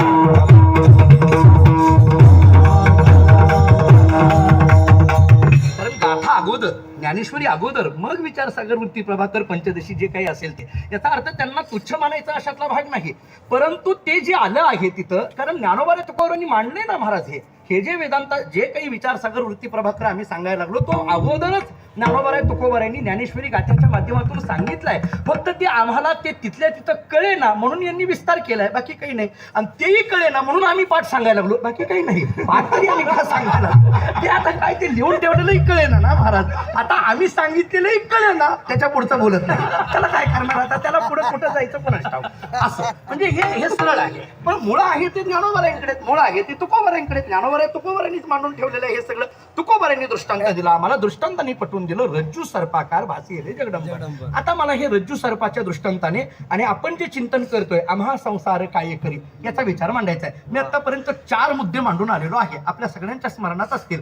जन्ममरण नावाचा एक विचार मांडला, देह नावाचा एक विचार मांडला, अहंकार नावाचा एक विचार मांडला आणि दृश्य असणारा हा संसार हा एक विचार मांडला. आता मला 5वा विचार आपल्याला मांडायचा आहे. 5वा विचार मला असा मांडायचा आहे की रज्जू सर्पाचा दृष्टांत देत असताना दोरीवर सर्प भासला. बरोबर आहे, आपण काय सांगतो की दोरीच्या ठिकाणी सर्प भासला. आता ते रज्जू सर्पाच्या दृष्टांतामध्ये रज्जूच्या अज्ञानामुळे सर्पाची प्रतीती असं आहे ना. दोरी हे काय आहे, अधिष्ठान आहे. आणि सर्प हे काय आहे, अध्यास आहे किंवा अध्यस्त आहे. आता हे अध्यस्त कधी म्हणायचं की रज्जूच्या अज्ञानामुळे हे अध्यस्त. बरोबर आहे, याला अध्यस्त हा शब्द तरी का आला, सर्प अध्यस्त हा शब्द कधी आला, दोरीचं अज्ञान आहे म्हणून आला. बरोबर आहे. आणि मग जे अध्यास असतो तो कसा असतो, सत आणि असताहून विलक्षण असतो. बरोबर आहे, जो अध्यास आहे तो सत आणि असताहून विलक्षण असतो. आपल्याकडे अध्यास या शब्दाला दुसरा अर्थ आहे मिथ्या. अध्यास या शब्दाचाच अर्थ काय, मिथ्या. आणि मिथ्या या शब्दाचं लक्षण करताना तत्वज्ञानाने काय केलंय, सत असत अनादिकरणत्व मिथ्यात्वम. मिथ्या शब्दाचा अर्थ करत असताना जो काही वेदांतांनी आमच्या समोर पंचमिथ्यात्व सांगितलेलं आहे त्याच्यातलं पहिलंच लक्षण आहे सत असत अनादिकरणत्व मिथ्यात्वम. म्हणजे जे सताचंही अधिकरण नाहीये असताचंही अधिकरण नाहीये त्याला मिथ्या असं म्हटलं जातं. प्रतिपन्न उपादो त्रैकालिक निषेध प्रतियोगित्व मिथ्यात्वम हे दुसरं मिथ्यात्वाचं लक्षण झालं. स्वआश्रयनिष्ठ अत्यंत अभाव प्रतियोगित्व मिथ्यात्वम हे तिसरं मिथ्यात्वाचं लक्षण झालं. ज्ञान निवर्त्यत्व मिथ्यात्वम हे 4थं मिथ्यात्वाचं लक्षण झालं. आणि सत विविक्तत्व मिथ्यात्वम हे 5वं मिथ्यात्वाचं लक्षण झालं. याला पंचमिथ्यात्व असं म्हटलं जातं. अद्वैत सिद्धीने हे विस्ताराने मांडलं, नंतरच्या ग्रंथकारांनी याचा विस्तार केलेला आहे. माझा मुद्दा इथं आहे, मला पहिलंच लक्षण सांगायचं आहे, जे सत आणि असत दोन्हीचंही अधिकरण नाही.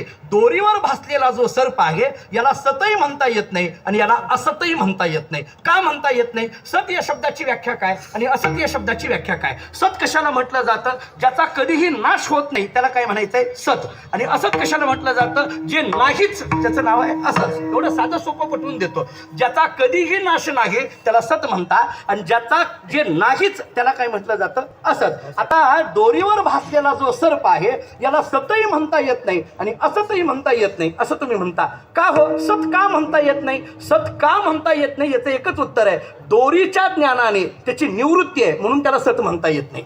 सत या शब्दाचा तर अर्थ आहे ज्याची निवृत्तीच नाही त्याला सत म्हणतात, ज्याचा नाशच नाही त्याला सत म्हणतात. पण दोरीच्या ज्ञानाने या सर्पाचा काय झालाय, नाश झाला. नाश झाला म्हणा, निवृत्त झालं म्हणा, पुढे मी बोलेल, काही वेदांतातल्या सूक्ष्म शब्दांचा विचार करेल. परंतु दोरीच्या ज्ञानाने याचा जर नाश होत असेल तर दोरीवर भासलेल्या सर्पाला सत म्हणता येईल का, हो म्हणता येत नाही. बरं ठीक आहे, सत म्हणता येत नाही ना, मग असत म्हणा. सत म्हणता येत नाही हे तर असत म्हणा. म्हटले असतही म्हणता येत नाही का, अहो असत म्हणायचं कशाला, जे नाहीच. शशशृंग, ख पुष्प, वंध्यापुत्र ही असताची उदाहरणं आहेत. शशशृंग म्हणजे काय, सस्याला शिंग. शक्य आहे का, त्याला शशशृंग म्हणायचं हे वेदांत, यालाच वेदांताचार्य म्हणायचं. असं बोलणाराच असतात तर वेदांत. शशशृंग खरं काय, सस्याला शिंग, बाकी काही नाही हो. पण ते बोलताना शशशृंग असं म्हणावं लागतं.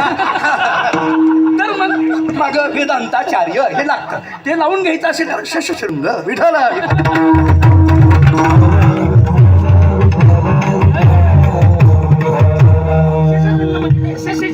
शक्य आहे का, ससा आणि शिंग शक्य आहे का, बर. ख पुष्प म्हणजे आकाशाची फुलं शक्य आहे का, बर. म्हणजे नाहीच नाव, सस्याला शिंग नाहीच, आकाशाचं फुल नाहीच, वंद्याची आली का, कैची जन्मपत्रिका, ज्ञानोबराय बोलतात वंद्या पुत्र शक्य आहे का, नाही. बर आता मग ऐका, म्हणजे नाहीच असं जे सांगतो ना आपण याला असत म्हटलं जाईल. शशशृंग हे सगळे असताची उदाहरणं आहेत.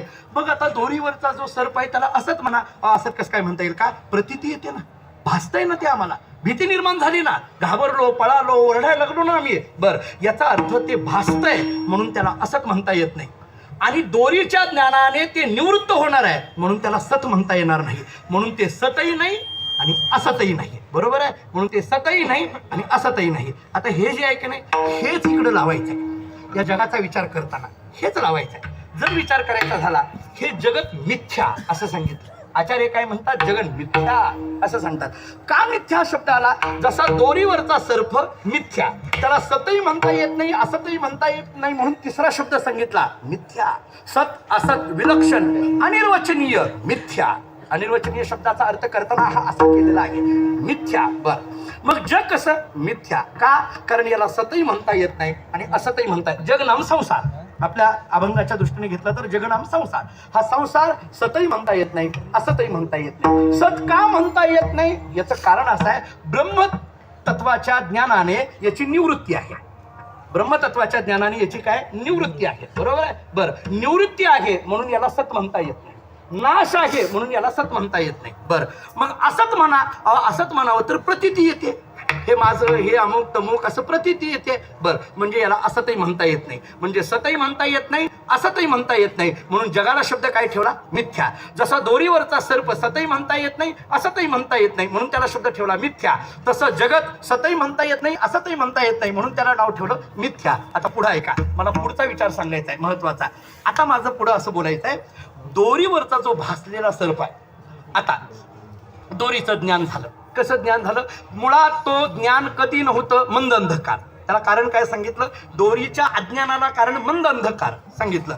मंद अंधकारामुळे, दोरीच्या अज्ञानामुळे काय झालं? सर्पाची प्रतीती आली. बरं, मग आता काय झालं? दोरीचं ज्ञान झालं.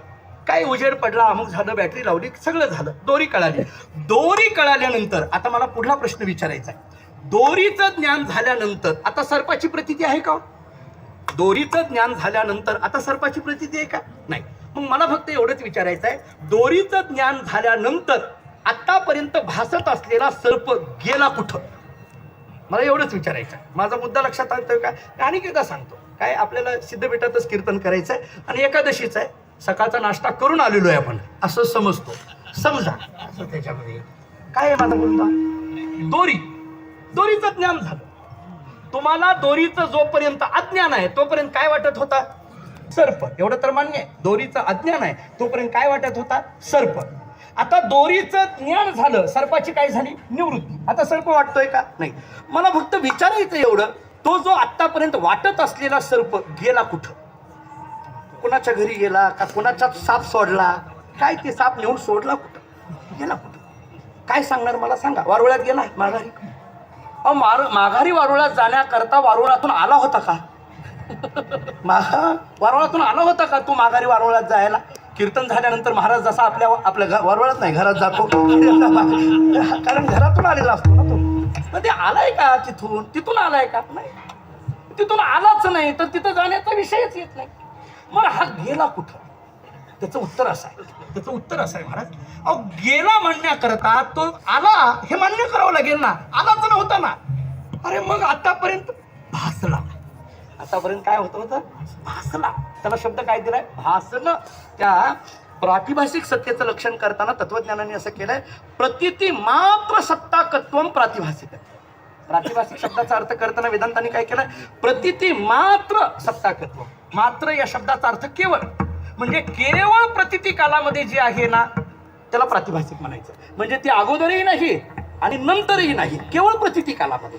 तसं आता तो दोरीवर भासलेला जो सर्प आहे तो केवळ त्याच काळामध्ये होता, तो अगोदरही नव्हता आणि नंतरही नाही. मग त्याच काळामध्ये का आपल्याला जाणवला? दोरीच्या अज्ञानामुळे जाणवला. मग आता जाणवलेला आता काय झालं? दोरीचं ज्ञान झालं. मग तो गेला कुठं? अहो कुठं गेला नाही, तो दोरी रूप झाला. तो दोरी रूप झाला. याला वेदांतांनी सिद्धांत असा सांगितलाय, कल्पित पदार्थ निवृत्त होतो म्हणजे कुठं होतो? तर त्याचा वेदांतांनी विचार असा सांगितलाय, कल्पित पदार्थाची निवृत्ती ही अधिष्ठान रूप असते.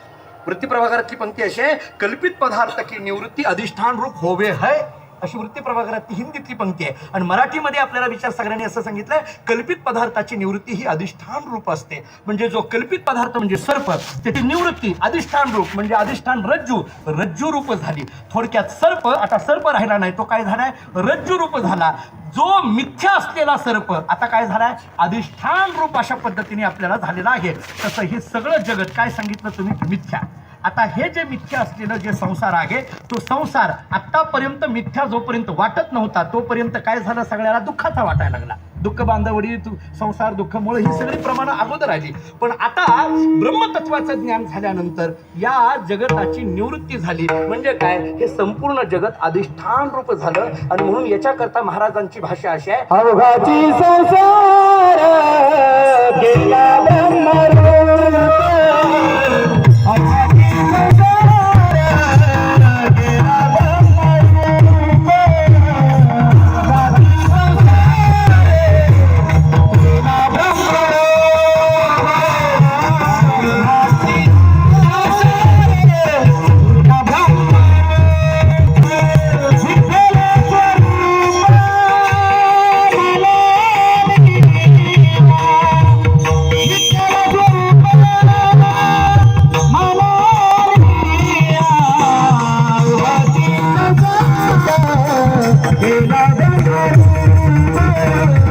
अवघाची संसार गेला ब्रह्मरूप.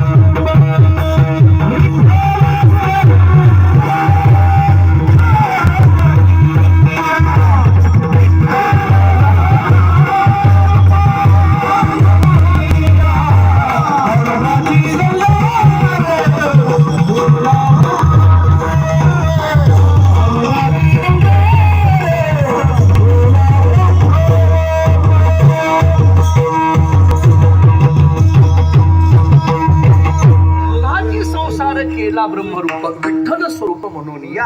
आता हा संसार राहिला नाही, तो काय झालाय, ब्रह्मरूप झालेला आहे. आता मग संसार जोपर्यंत संसार आहे तोपर्यंत त्याचं दुःख आहे. आता संसार राहिला नाही, ते ब्रह्मरूप झालेलं आहे. मग आता संसार जर ब्रह्मरूप झाले असेल तर इतरांना दुःख देत असेल, पण आता ब्रह्मरूप झाल्यानंतर आम्हाला काय त्याचं, आम्हा संसार काय करी. म्हणून महाराज सांगतात, आम्हा संसार काय करी. या 5 गोष्टी डोळ्यासमोर ठेवता येण्यासारख्या आहेत. जन्म मरण नावाच्या संसाराच्या पलीकडे आम्ही पोहोचलो, म्हणून आम्हा संसार काय करी. देहाची आसक्ती संपलेली असल्यामुळे देह नावाचा संसार आम्हा काय करी. अहंकार जिंकलेला असल्यामुळे अहंकार नावाचा संसार आम्हा काय करी.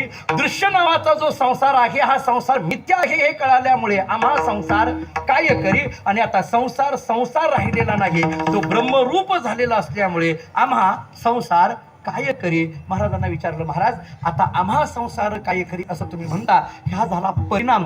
पण या स्थितीपर्यंत जाण्याकरिता तुम्ही काय करी असं जरी म्हणत असला, पण याच्याकरता काय करावं लागतं हे सांगा ना. याच्याकरता काय करावं लागतं त्याचं उत्तर अभंगाच्या पहिल्या चरणात आहे. करूयाची कथा नामाचा गजर. करूयाची कथा नामाचा गजर. करूयाची कथा नामाचा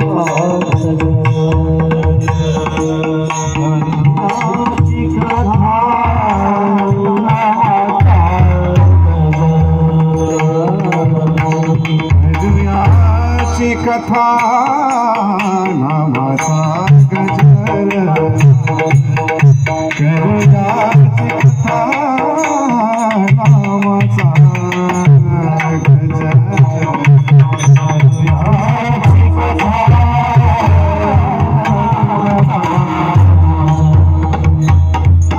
करूयाची कथा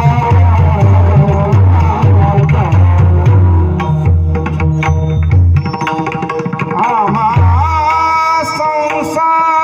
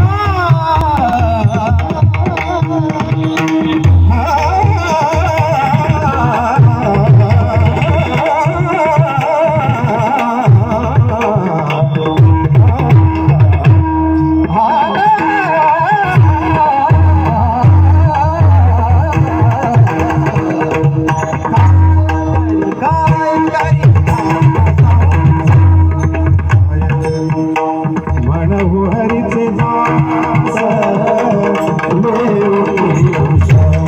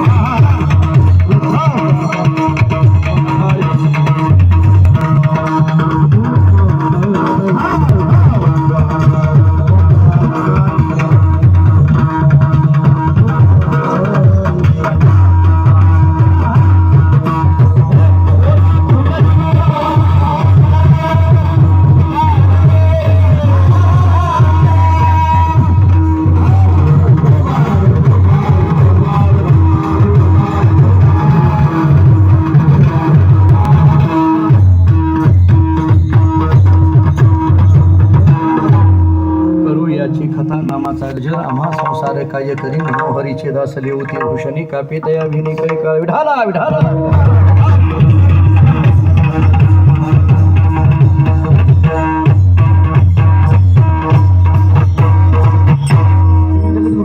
यांच्या अभंगाचा विचार करत असताना आम्हा संसार काय करी महाराज म्हणतात आम्हाला हा संसार काय करणार आहे याच्याकरता काय करावं लागेल दोन गोष्टी सांगितल्या करू याची कथा नामाचा गजर या दोन गोष्टी घडल्या तर परिणाम काय आम्हा संसार काय करी महाराजांनी करू याची कथा असा एक शब्द वापरला आणि करू नामाचा गजर असा दुसरा शब्द वापरला याची कथा करू असं सांगितलं आता महाराज इथं जे कथा सांगतात आणि काय याची म्हणतात करू म्हणण्यामध्ये सर्वसमावेशक शब्द आहे करा म्हणणं हे आज्ञार्थी आहे आणि करू म्हणणं हे आदरार्थी आहे सगळ्याला घेऊन करणं आहे करू याची कथा असं सांगितलं हे याची म्हणायची काय गरज आहे हो याची या शब्दाचा विचार नेमकं काय करायचा बरं अभंगाचा विचार केला तर याची शब्दाचं उत्तर कुठंच दिलेलं नाही हे याची म्हणजे नेमकं कोणाची आम्ही पाठशाळेमध्ये असताना आमच्या गुरुजींना एकदा विचारलं पाठामध्ये गुरुरे भाऊंना एकदा विचारलं हे याची म्हणजे कोणाची त्यांनी एका वाक्यात उत्तर सांगितलं ज्याची बरी असेल त्याची कारण अलीकडल्या काळात कोणाचीही चालली म्हणून बाकी काही नाही अलीकडल्या काळात कोणाचीही कथा चालली ती कथा आहे का जीवनाची व्यथा आहे ह्याचा प्रश्न आहे आता अलीकडल्या काळामध्ये म्हणजे तो कथा सांगतोय का त्याची व्यथा सांगतोय हा प्रश्न आहे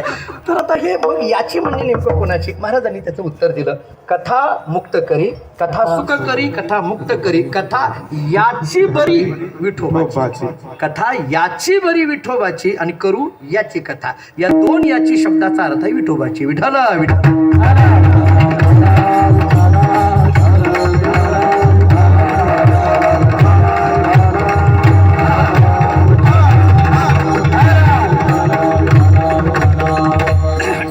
कथा हा शब्द आला तर तिची व्याख्या काय अमुक तमुक सदा आपण नेहमी सांगतो कथा त्रिवेणी संगम देवभक्ता नाम कथेचे उत्तम चरण रजवंदिता असे अनेक पद्धतीने आपल्याला कथेच्या संबंधाने बोलता येईल फक्त हा कथा शब्द जरी इथं वापरलेला असला तरी ही कथा नाही तर ही कथा अमृत आहे हे कथा केवळ नाही तर कथा अमृत आहे श्रीमद भागवतामध्ये शुकाचार्यांनी केलेलं चिंतन पहा शुकाचार्य आपल्याला श्रीमद भागवतामध्ये असं सांगतात एकांत लाभम वचसोनुपुसाम श्लोक मौलर गुणवाद माभोः श्रुतेश्च विद्वद्वी रूपा कृतायाम कथा सुधायाम उपसंप्रयोगम शुकाचार्यांनी असं सांगितलं ही कथा फक्त कथा नव्हे तर ही कथा अमृत आहे कथा सुधायाम उपसंप्रयोगम ही कथा सुधा म्हणजे कथा अमृत तुकोबरांनी याचं चिंतन केलंय कथा अमृत पान न करती श्रवण काय प्रयोजन मग याचे हे तुकोबरांचे शब्द आहेत असं आहे आहे ती श्रीमद भागवताच्या कथेच्या संबंधाने एक छोटंसं चिंतन सांगितलं जातं. काय झालं म्हणे, शुकाचार्य अशी कथा सांगायला बसले.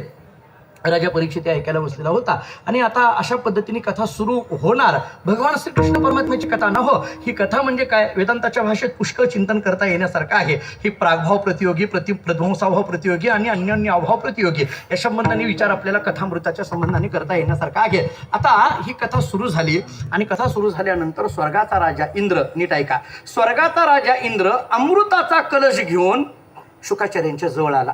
शुकाचार्यांच्या जवळ आला आणि शुकाचार्यांना सांगायला लागला, गुरुजी माझी एक विनंती आहे म्हटले तुम्हाला. म्हटले काय? काही नाही, माझ्याकडं असलेलं जे अमृत आहे, ही अमृताचा कुंभ घेऊन मी तुमच्याकडे आलोय आणि हे अमृताचा कुंभ तुम्हाला देतो. हे अमृत घ्या आणि तुमच्याकडे असलेली श्रीकृष्ण परमात्म्याची कथा मला द्या. अमृत घ्या आणि तुमच्याकडे असलेली श्रीकृष्ण परमात्म्याची कथा मला द्या. जरा पुढे बोलू, एवढं घ्या पण कथा द्या, अशाचा भाग झाला आहे. वाटल्यास अगोदर पाठवतो पण कथा द्या असं म्हणणं झालं हे. ते म्हटले बहुतेक तिथूनच सुरू झालं का काय कुणास ठाऊक. म्हणजे अमृत घ्या पण तुमच्याकडे असलेली श्रीकृष्ण परमात्म्याची कथा द्या. शुकाचार्यांनी त्याच्याकडे पाहिलं. शुकाचार्यांनी त्याच्याकडे पाहिलं आणि सांगितलं, अमृत घ्या असं म्हणतो आणि कथा द्या असं म्हणतो. ते म्हणले, शुकाचार्यांनी सांगितलं, इंद्रा तुला एक उदाहरण देतो, ऐका. म्हणले काय? काही नाही, काय झालं, एक मनुष्य रस्त्याने निघाला. शुकाचार्यांनी गोष्टीत गोष्ट सांगायला सुरुवात केली. एक मनुष्य रस्त्याने निघाला, म्हणजे गोष्टीत गोष्टी जरी सांगत असले तरी ते मूळ विषयावर येत होते शुकाचार्य. काय झालं म्हटलं, एक मनुष्य रस्त्याने निघाला. काहीच नाही व्हायच्यात. हो रघु महाराज, एवढं हसायचं काय? काहीच नाही, म्हणजे ते हसायचंच आहे पण काहीच नाही.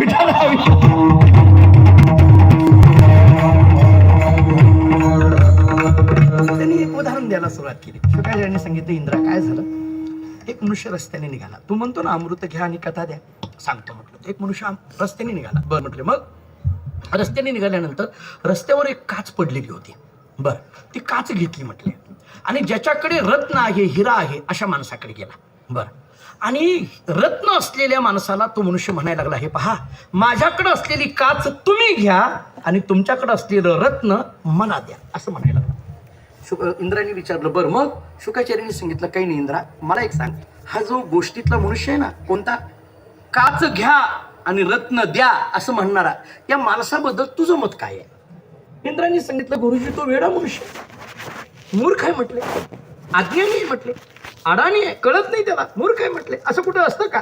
काच घ्या आणि रत्न द्या हे म्हणणं म्हणजे मूर्खासारखं आहे. शुकाचार्यांनी सांगितलं, तो तूच आहे, दुसरं कोणी नाही. तो तूच आहे. अरे जसं व्यवहारामध्ये काच घ्या आणि रत्न द्या हे वेडेपणाचं आहे, तसं इथं अमृत घ्या आणि श्रीकृष्ण कथा द्या हे म्हणणं वेडेपणासारखं आहे. विठाला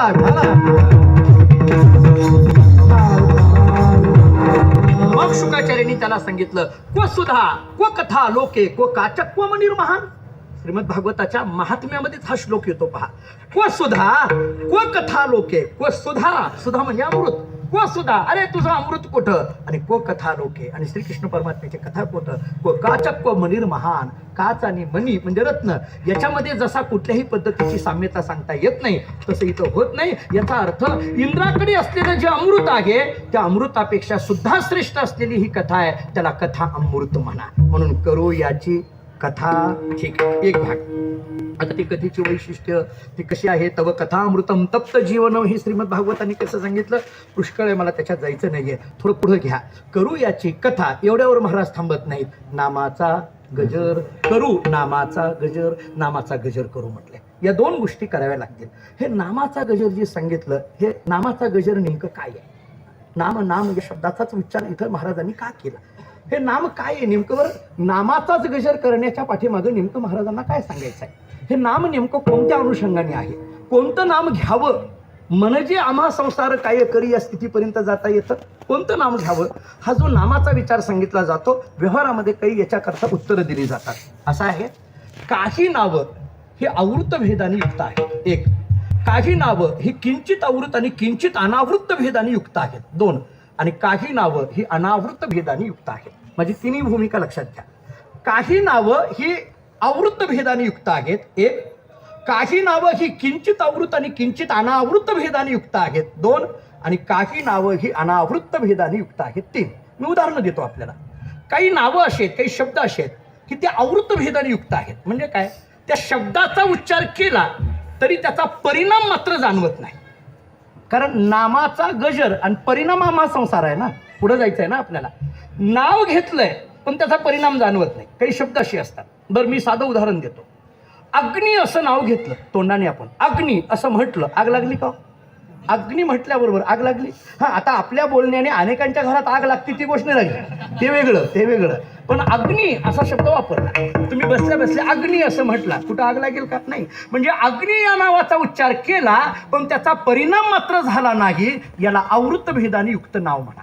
याला आवृत्त भेदाने युक्त नाव एक. आता दुसरं, किंचित आवृत आणि किंचित अनावृत्त भेदाने युक्त नाव असतं. मी दुसरं नाव घेतो.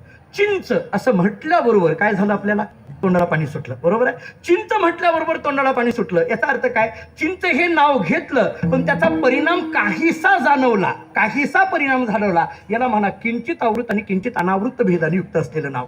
आणि आता तिसरं सांगतो, अनावृत्त भेदाने युक्त असलेलं नाव. हे कोणती नाव आहेत? राम, कृष्ण, हरी, विठ्ठल ही नावं अनावृत्त भेदाने युक्त असलेली आहे. कारण नाम घेता कंठी, पुढे उभा जगजेठी. तो ताबडतोब उभा राहतो ना. नाव घेतल्याबरोबर तो उभा राहतो.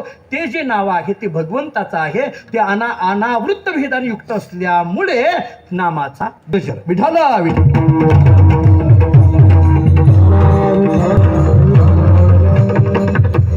तरी म्हटले नाही, आम्हाला एवढं आणखी त्याचा काही बारकावा जो आहे ते नाही समजला. महाराजांनी त्याला दुसऱ्या पद्धतीने समजावून दिलं. ऐका, आता करू याची कथा कशा करिता आम्हा संसार काय करी, आणि करू नामाचा गजर कशा करता आम्हा संसार काय करी. आता मी दुसऱ्या मुद्द्यात येतो. करू नामाचा गजर आम्हा संसार काय करी. नाम आणि संसार काय करी याचा काय कार्यकारण भाव संबंध आहे हो. मी नाम या शब्दातून थोडंसं प्रतिपादन करतो. जरा नाम या शब्दाची उत्पत्ती कशी होते बघा. नाम हा शब्द जर तयार करायचा झाला किंवा त्याचा विग्रह करायचा झाला तर न अधिक आम बरोबर नाम. बरोबर, हे नामाचा गजर आहे की नाही. इथला नाम एवढा घ्या, न अधिक आम बरोबर नाम.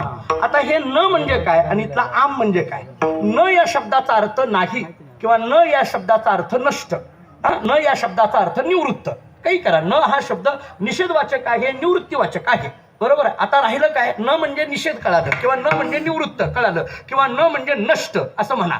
न या शब्दाचा अर्थ नष्ट. आता राहिलं काय, आम. आपल्याला ऐकायचंय काय, नाम. आणि कशा करता ऐकायचंय, आम्हा संसार काय करी. किती वेळ ऐकायचंय, एवढं सांगेपर्यंतच ऐकायचंय. झालं, म्हणजे सोडायचंय आपल्याला पुढे. म्हणून थोडं लक्ष देण्याकरता बोलायला लावलं, बाकी काही नाही. करू याची कथा नामाचा गजर म्हणत असताना नाम याच्यामध्ये न अधिक आम याचा आणि आम्हा संसार काय करी याचा काय संबंध आहे हे माझं चिंतन चाललं. तर न म्हणण्यामध्ये नष्ट आणि आम या शब्दाचा अर्थ काय. आम हा शब्द आयुर्वेदामध्ये कसा येतो पहा. आमाशय आणि पित्ताशय अशा पद्धतीने येतो. आयुर्वेदाने सांगताना आमाशय पित्ताशय. इथला आमाशयाचा अर्थ करताना आयुर्वेदाने काय केलाय, कच्च. आयुर्वेद काय सांगतं, आमाशय पित्ताशयाचा जो त्रास होतो तो कशाने होतो, कच्चं खाण्याने. बरोबर आहे. कच्चं खाण्याने हा तुम्हाला त्रास झाला असं आपल्याला आयुर्वेद सांगतं. मग आम या शब्दाचा अर्थ झाला कच्चं. तुम्ही मराठी शब्दकोश काढून पहा म्हणजे आपल्या लक्षात येईल. आम या शब्दाचा अर्थ झाला कच्चं. म्हणजे न या शब्दाचा अर्थ नष्ट आणि आम या शब्दाचा अर्थ कच्चं. आता हा कच्चं आणि नष्ट याचा काय संबंध लावायचा. खरं पाहायला गेलं, जोपर्यंत ब्रह्मज्ञान झालेलं नाही तोपर्यंत जीव कसा आहे, कच्चा. ब्रह्मज्ञान झालेलं नाही तोपर्यंत जीव कसा आहे, कच्चा. म्हणजे जीव कसा आहे, कच्चा. या जीवाचा कच्चेपणा जे घालवित नष्ट करत त्याचं नाव नाम. नामाचा गजर. विठाला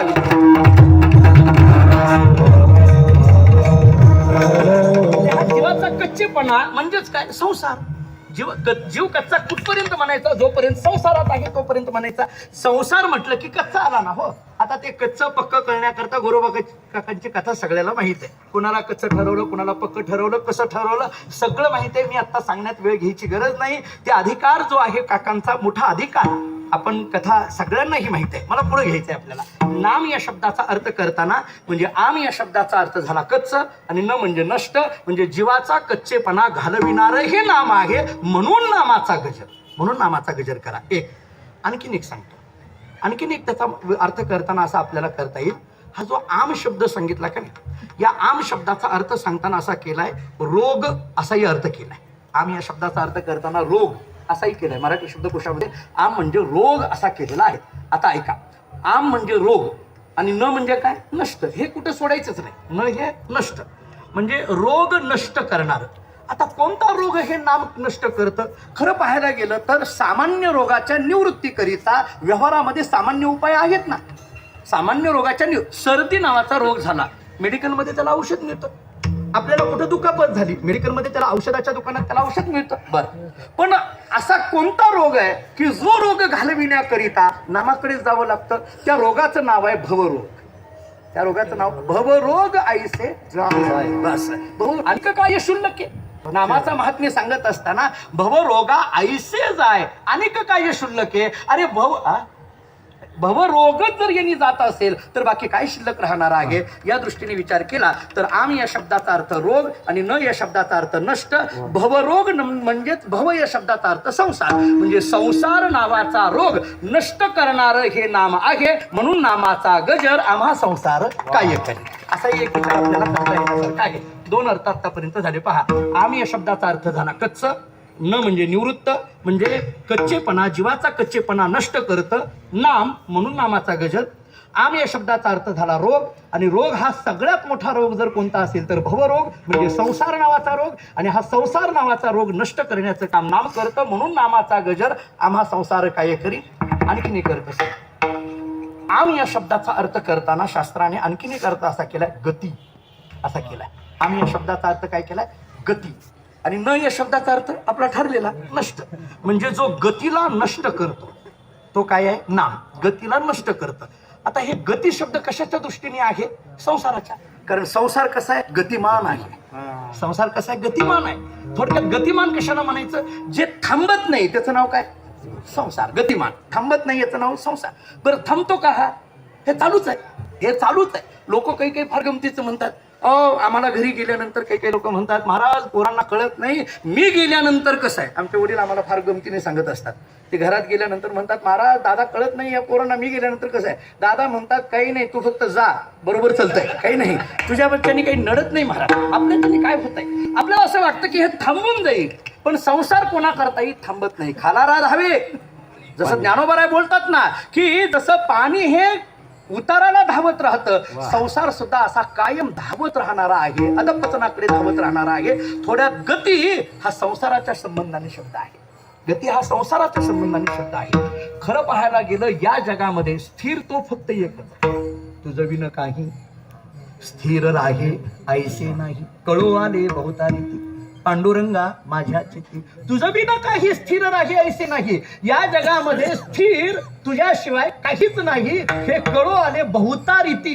हे 6 प्रमाण घ्या, प्रत्यक्ष अनुमान वगैरे सगळी प्रमाण घ्या. या सगळ्या प्रमाणाने आम्हाला कळालं की तुझं बी ना काही स्थिर राही ऐसे नाही. याचा अर्थ संसार हा कसा आहे? गतिमान आहे, तो सतत धावत राहणारा आहे. मग ही जी गती आहे, हा जो धावणं आहे, या गतीला थांबविण्याचं काम किंवा संसार चक्राला निवृत्त करण्याचं काम किंवा या रहाड गाडग्याला संपविण्याचं काम, कारण संसार म्हणजे रहाड गाडग्यानं सांगितलं ना, या रहाड गाडग्याला संपवण्याचं काम जे करतं. थोडक्यात आम या शब्दाचा अर्थ गती आणि न या शब्दाचा अर्थ निवृत्त.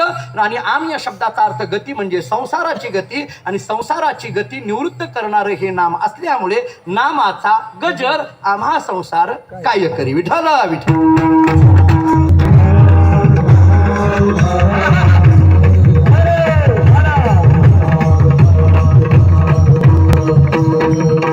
नाम अशा दृष्टीने आपल्याला सांगता येण्यासारखं आहे. आता महाराज सांगतात, करू याची कथा नावाचा गजर, परिणाम आम्हा संसार काय करी. आता याच्यामध्ये आम्ही काय करायला लागलो? फक्त एकच करायला लागलो, नामाचा गजर करत असल्यामुळे आम्हाला जे नाव आलं ते काय आलं? हरिदास आलं. म्हणू हरीचे दास लिहूती भूषणे, कापे तया भेने कळीकाळ. म्हणू हरीचे दास लिहूती भूषणे, आम्ही हरिदास म्हणून घेऊ लागलो. लिहूती भूषणे, भूषणे या शब्दाचा अर्थ ही जी काही बाह्य भूषणं आम्हाला सांगितली जातात, गोपीचंदन मुद्रा धरणे, आम्हा लेणे, वैष्णवा, ही जी भूषणं आहेत ती भूषणं आम्ही धारण केल्यामुळे काय झालं? कापे तया भेने कळीकाळ. आता कळीकाळ सुद्धा घाबरायला लागला, आमच्याकडे येत नाही.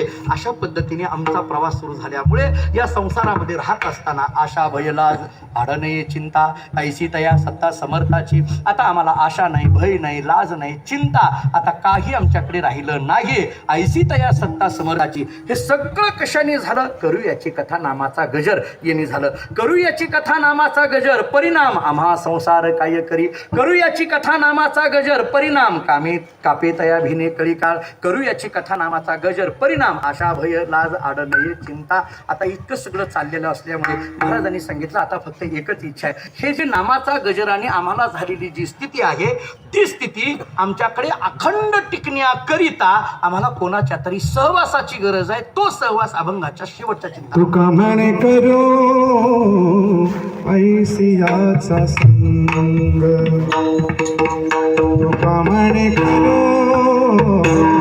ऐसियाचा संग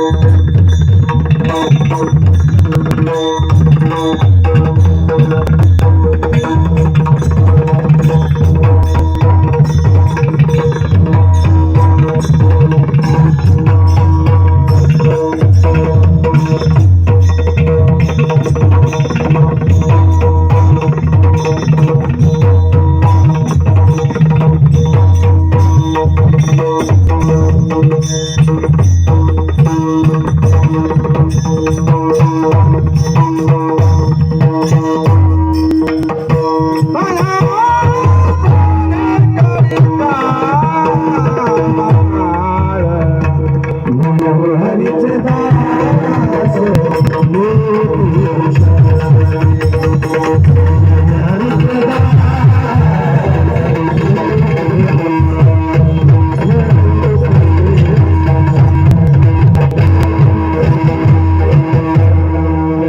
तुका म्हणे करू ऐशियाचा संग, तुका म्हणे करू ऐशियाचा संग, जेणे नव्हे भंग चिंतनाचा, मनोहरीचे दास लेवती भूषणे कापे तया भिनी कळिका. अभंगाच्या शेवटच्या चरणाची भाषा महाराजांनी अशी आहे. महाराज सांगतात तुका म्हणे करू ऐशियाचा संग. हे ऐशियाचा म्हणजे नेमकं कैसियाचा? वरची 3 चरण डोळ्यासमोर घ्या. करू याची कथा नामाचा गजर, आम्हा संसार काय करी ऐसियाचा. मनोहरीचे दास लेवती भूषणे कापी तया भिनी कळिका ऐसियाचा. आशा भय लाज अडनये चिंता ऐसी तया सत्ता समर्थाची ऐसियाचा संग करू. कशा करिता? धिने नव्हे भंग चिंतनाचा. आपल्या चिंतनाचा भंग आशाच्या संगतीत गेल्यानंतर होणार नाही याची काळजी महाराजांनी आपण घेतली पाहिजे. एकतर चिंतन करायला सुरुवात केली पाहिजे आणि आपल्या चिंतनाचा भंग होणार नाही याची काळजी घेतली पाहिजे. या दोन्ही गोष्टी खूप महत्त्वाच्या आहेत. चिंतन करायला सुरुवात केली पाहिजे आणि मग आपल्या चिंतनाचा भंग जर व्हायचा नसेल तर मग जे चिंतनात आहेत अशा संतांच्या संगतीत जावं. आणि म्हणून वर 3 आज एकादशी असल्यामुळे एकतर मला नामाबद्दलही बोलणं गरजेचं होतं आणि आळंदीत असल्यामुळे संतांबद्दलही बोलणं गरजेचं होतं. त्यामुळे अभंगाची 3 चरणं ही पांडुरंगाच्या नावाचा विचार करणार आहेत, पण अभंगाचं 4थं चरण हे ज्ञानोबारायांचा विचार करणार आहे. तुका म्हणे करू ऐसियाचा संघ, ज्ञानोबारायांचा संघ, थोडक्यात आळंदीचा संघ. आळंदी हे ज्ञानोबार आहेत ना, इथं ज्ञानोबार आहे. इथली प्रत्येक भूमी माती कण कण हे ज्ञानोबार आहेत अशी आपली श्रद्धा आहे. त्यामुळे इथली माती कपाळाला लावली, ऐसियाचा संघ केला. काय? जेणे नव्हे भंग चिंतनाचा. इथं 2 करू आहेत बघा. अभंगाच्या पहिल्या चरणामध्ये एक करू आहे, करू याची कथा, आणि अभंगाच्या शेवटच्या चरणामध्ये तुका म्हणे करू ऐसियाचा संघ. हे 2 करू शब्द का आले असतील हो? पहिला करू नेमकं काय आहे आणि दुसरा करू नेमकं काय आहे याचा थोडासा विचार करायचा झाला तर आम्हा संसार काय करी हे ज्ञान आहे, बरोबर आहे. कारण आम्हा संसार काय करी ही भूमिका कशाने येते? ज्ञानाने. आणि करू याची कथा नामाचा गजर हे कशाचं आहे? भक्तीचं. त्यामुळे हे जे करू पहिला आहे, करू याची कथा नामाचा गजर ही भक्ती, आणि आम्हा संसार काय करू हे ज्ञान म्हणजे ही भक्ती, परंतु कधीची? ज्ञानपूर्व भक्ती आहे, ज्ञानपूर्व भक्ती आहे. आणि शेवटच्या चरणामध्ये तुका म्हणे करू ऐसियाचा संघ जेणे नव्हे भंग चिंतनाचा. म्हणजे ऐसियाचा संघ झाला म्हणजे ज्ञान झाल्यानंतर सुद्धा जेणे नव्हे भंग चिंतनाचा ही भक्ती आहे, ही भक्ती आहे. जेणे नव्हे भंग चिंतनाचा ही भक्ती आहे. त्यामुळे करू याची कथा नामाचा गजर याच्यात भक्ती, आम्हा संसार काय करू याच्यात ज्ञान, आणि जेणे नव्हे भंग चिंतनाचा याच्यात भक्ती.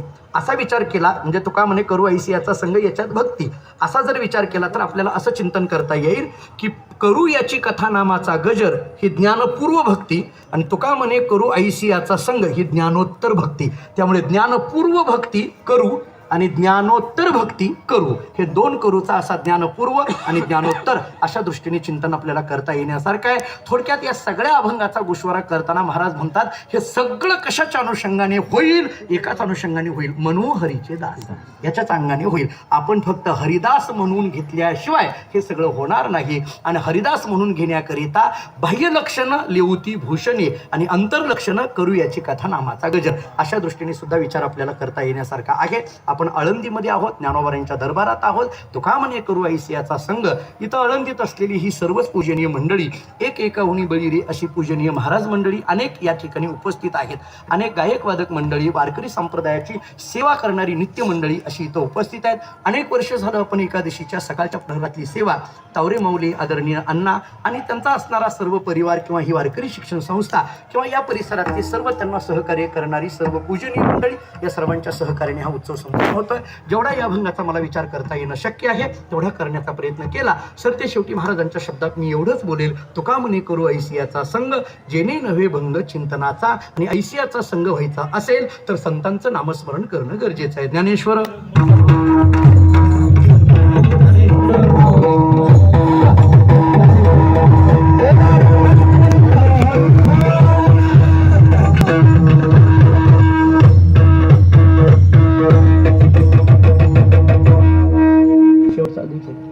विठ्ठल जय जय